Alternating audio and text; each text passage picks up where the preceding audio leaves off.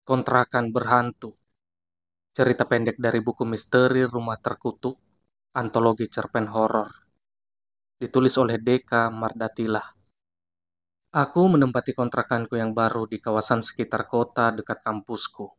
Biaya per bulannya agak sedikit mahal, ya tentu saja karena dekat dengan kampus. Ruangannya nyaman untuk ditempati untuk mahasiswa sepertiku. Ruangan itu dicat biru dongker. Kamar itu berukuran 3 kali 5 meter persegi. Ada satu tempat tidur beserta bantal dan gulingnya, satu lemari kayu, satu set meja belajar, dan juga tentu saja ada kamar mandi. Aku segera menata baju-bajuku, perlengkapanku, memasang spray untuk tempat tidur, meletakkan buku-bukuku di rak meja belajar. Setelah selesai, aku istirahat sebentar sambil membuka laptopku dan menyalakan musik kesukaanku. Tak lama kemudian, aku tertidur. Sesaat setelah aku tertidur, aku melihat ada orang yang berjalan masuk ke kamarku menuju kamar mandi. Aku tidak melihat wajahnya. Dia memakai baju warna serba putih. Kulitnya putih sekali. Saat itu, saat aku terjaga, kemudian aku bangun. Aku kemudian menuju kamar mandi untuk melihat orang tadi. "Hei, siapa yang di dalam?" Kataku sedikit berteriak. Tidak ada jawaban.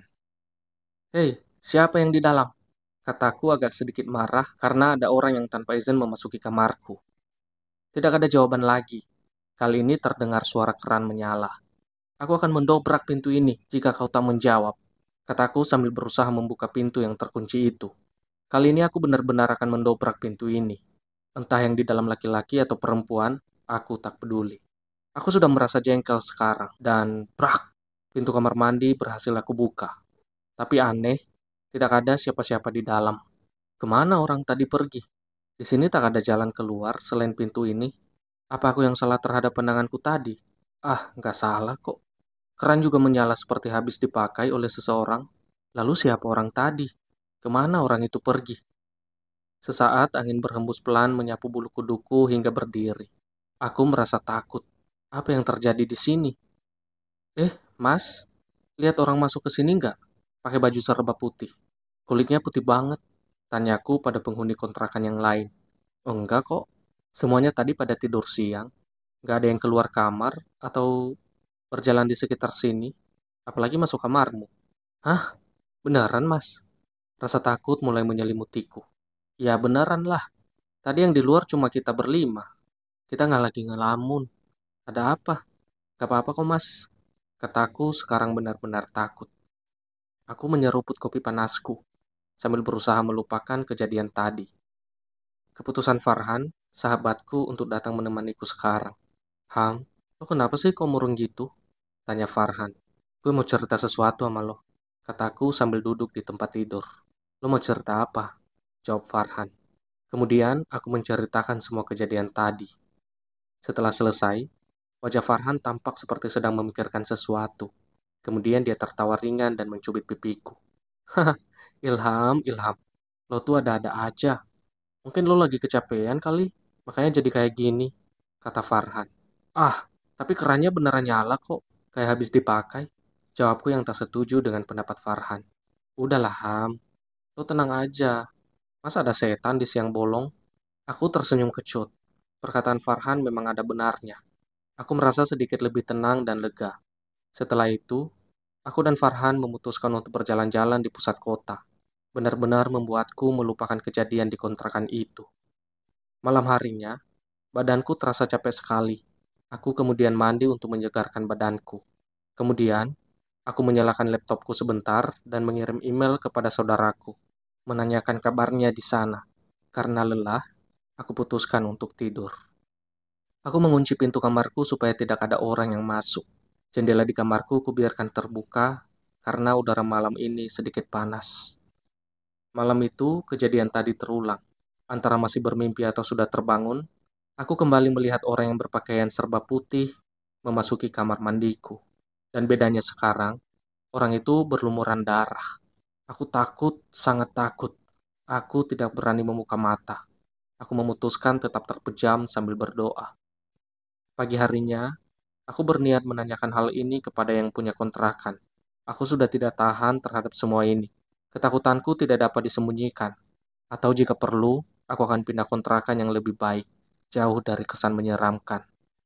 Aku juga bertanya-tanya dari mana orang yang berpakaian serba putih kemarin masuk. Pintu kan sudah aku kunci. Masa lewat jendela? Jelas tidak mungkin, karena tidak akan cukup jika dilewati orang. Atau jangan-jangan dia bukan orang, melainkan ketakutanku makin bertambah. Aku bergegas menuju tempat yang punya kontrakan berada. Sesampai di sana, aku disambut ramah oleh orang yang punya kontrakan. Ada apa, Ham? Kamu mau bayar kontrakan?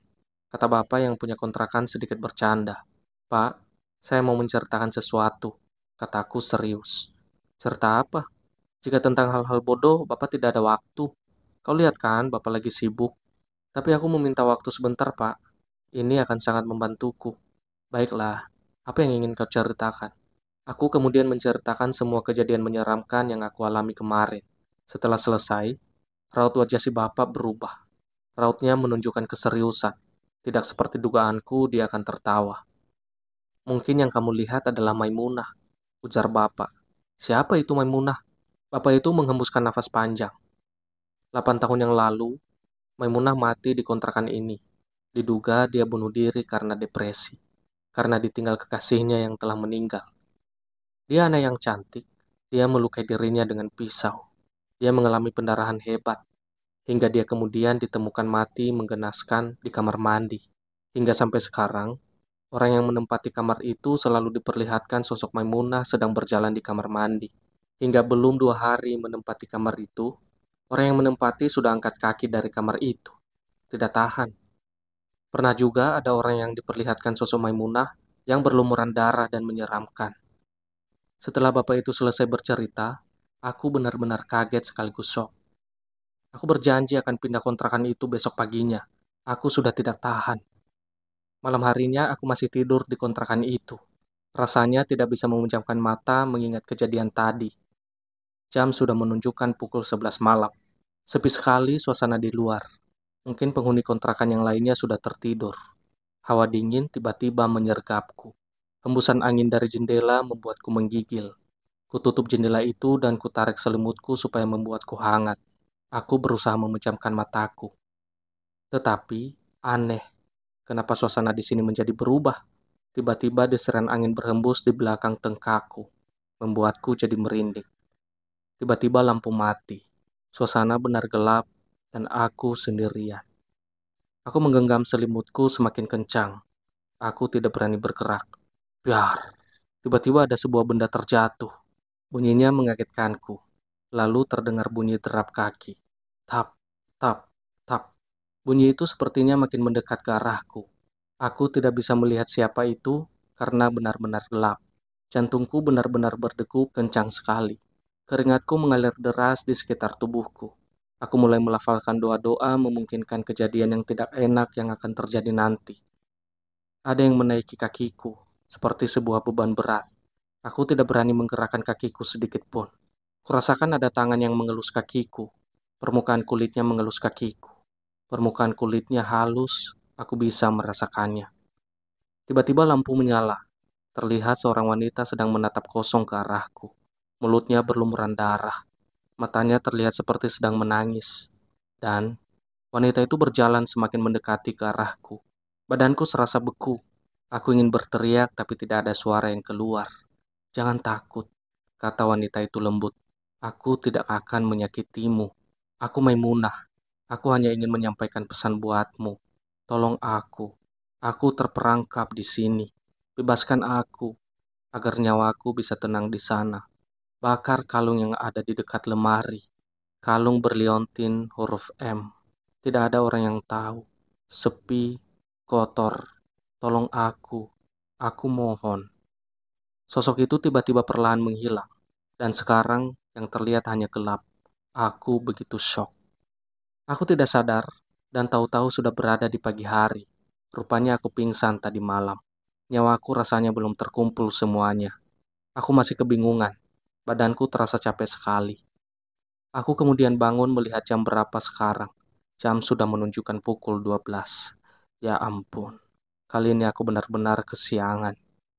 Aku menutup wajahku dengan kedua tanganku. Aku bertanya pada diriku sendiri, "Ya Tuhan, apa yang terjadi pada aku? Mengapa semua ini terjadi?" Aku menghembuskan nafas panjang. Kemudian aku memikirkan kejadian tadi malam. Wanita yang aku lihat kemarin malam adalah Maimunah. Wanita itu membicarakan tentang nyawanya, nyawanya yang terperangkap di dunia nyata.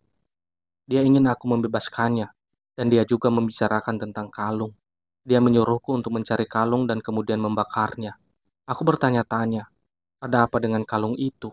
Kenapa dia ingin aku membakarnya untuk membuat nyawanya bebas? Ah, tapi aku tidak peduli. Yang terpenting sekarang adalah mencarinya supaya hidupnya tenang. Nyawanya akan terbebas menuju alam sana. Dan aku, tentu saja supaya hidupku tidak diganggu lagi oleh makhluk halus itu. Sudah berjam-jam aku mencari kalung yang dimaksud Maimunah. Lemari sudah berjam-jam aku bongkar mencari kalung yang dimaksud Maimunah. Lemari pakaian sudah aku geledah. Isinya aku keluarkan semua. Aku cari-cari di sekitar lemari juga tidak ada. Aku bingung, lemari mana yang disebut Maimunah. Susah sekali mencarinya. Aku memikirkan pesan Maimunah lagi. Bakar kalung yang ada di dekat lemari. Kalung berliontin huruf M. Tidak ada orang yang tahu. Sepi, kotor. Tolong aku mohon. Kalung yang ada di dekat lemari. Berliontin huruf M. Sepi dan kotor. Tiba-tiba sesuatu terlintas di pikiranku. Kurasa aku sudah menemukan jawabannya. Apa mungkin benar? Jantungku berdegup kencang. Aku sudah sampai di gudang di kontrakan. Semoga firasatku benar. Aku mencari barang yang dimaksud Maimunah. Aku mulai bekerja di sekitar gudang. Banyak debu dan sangat kotor. Aku mulai terbatuk-batuk. Betapa menjijikannya tempat ini. Apa tempat ini tidak pernah disentuh oleh manusia? Benar-benar menjijikan. Sesaat setelah itu, aku melihat lemari besar tua. Kayu-kayunya sudah lapuk dimakan rayap. Firasatku mengatakan agar mendekati lemari itu. Aku segera menggeledah isi lemari itu. Tapi aku tidak menemukan apa-apa. Hanya ada kertas koran yang sudah lama. Tiba-tiba, ada sebuah bola terjatuh dan menggelinding ke arah bawah lemari itu. Aku membungkukkan badan untuk mengambilnya. Tapi ketika sampai di bawah, aku tidak lagi menghiraukan bola tadi. Perhatianku tertuju pada kotak biru yang terlihat bersih. Aku memungutnya. Perasaanku mengatakan inilah jawabannya. Hatiku berdegup kencang. Kubuka perlahan kotak itu. Di dalamnya berisi surat. Aku membaca surat itu dan isinya adalah kepada Maimunah yang kusayangi dari kekasihmu. Maimunah, aku benar-benar merindukanmu. Di hari ulang tahunmu yang ke-17 ini, maaf aku tidak bisa datang ke tempatmu. Aku hanya bisa memberikan kalung ini. Penyakit leukemiaku sudah mencapai tahap akut. Aku tidak mampu untuk berjalan lagi. Badanku sudah terasa tidak berdaya lagi. Maaf jika sudah mengecewakanmu. Kurasa ini yang terakhir dariku. Aku mencintaimu. Pada akhir kata, terlihat bahwa tulisannya berubah menjadi tidak karuan. Aku mendeskripsikan bahwa kekasih Maimunah saat menulis kata terakhir itu, penyakitnya kambuh, sehingga kesusahan untuk menulis. Jadi begitu jawabannya.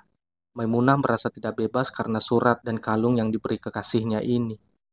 Di kotak itu terdapat kotak kecil lagi berwarna merah tua. Aku membukanya. Ada sebuah kalung berliontin huruf M, berwarna perak dan mengkilat. Benar-benar cantik. Tapi aku harus segera membakarnya. Dengan cepat, aku melumuri kalung itu dengan minyak tanah, kemudian membakarnya. Setelah 3 minggu kejadian itu, hidupku terasa tenang. Tidak ada gangguan dari makhluk halus lagi. Aku sudah melupakan kejadian itu. Mungkin dia sudah tenang. Tetapi suatu ketika pada malam hari, aku sedang tertidur. Aku terjaga lagi. Aku melihat bayangan Maimunah tersenyum ke arahku. Dia tampak seperti sedang mengatakan sesuatu padaku. Terima kasih, sampai jumpa, ucapnya. Maimunah melambaikan tangan. Bersamaan dengan itu, bayangan Maimunah menghilang. Aku tahu Maimunah benar-benar tenang sekarang.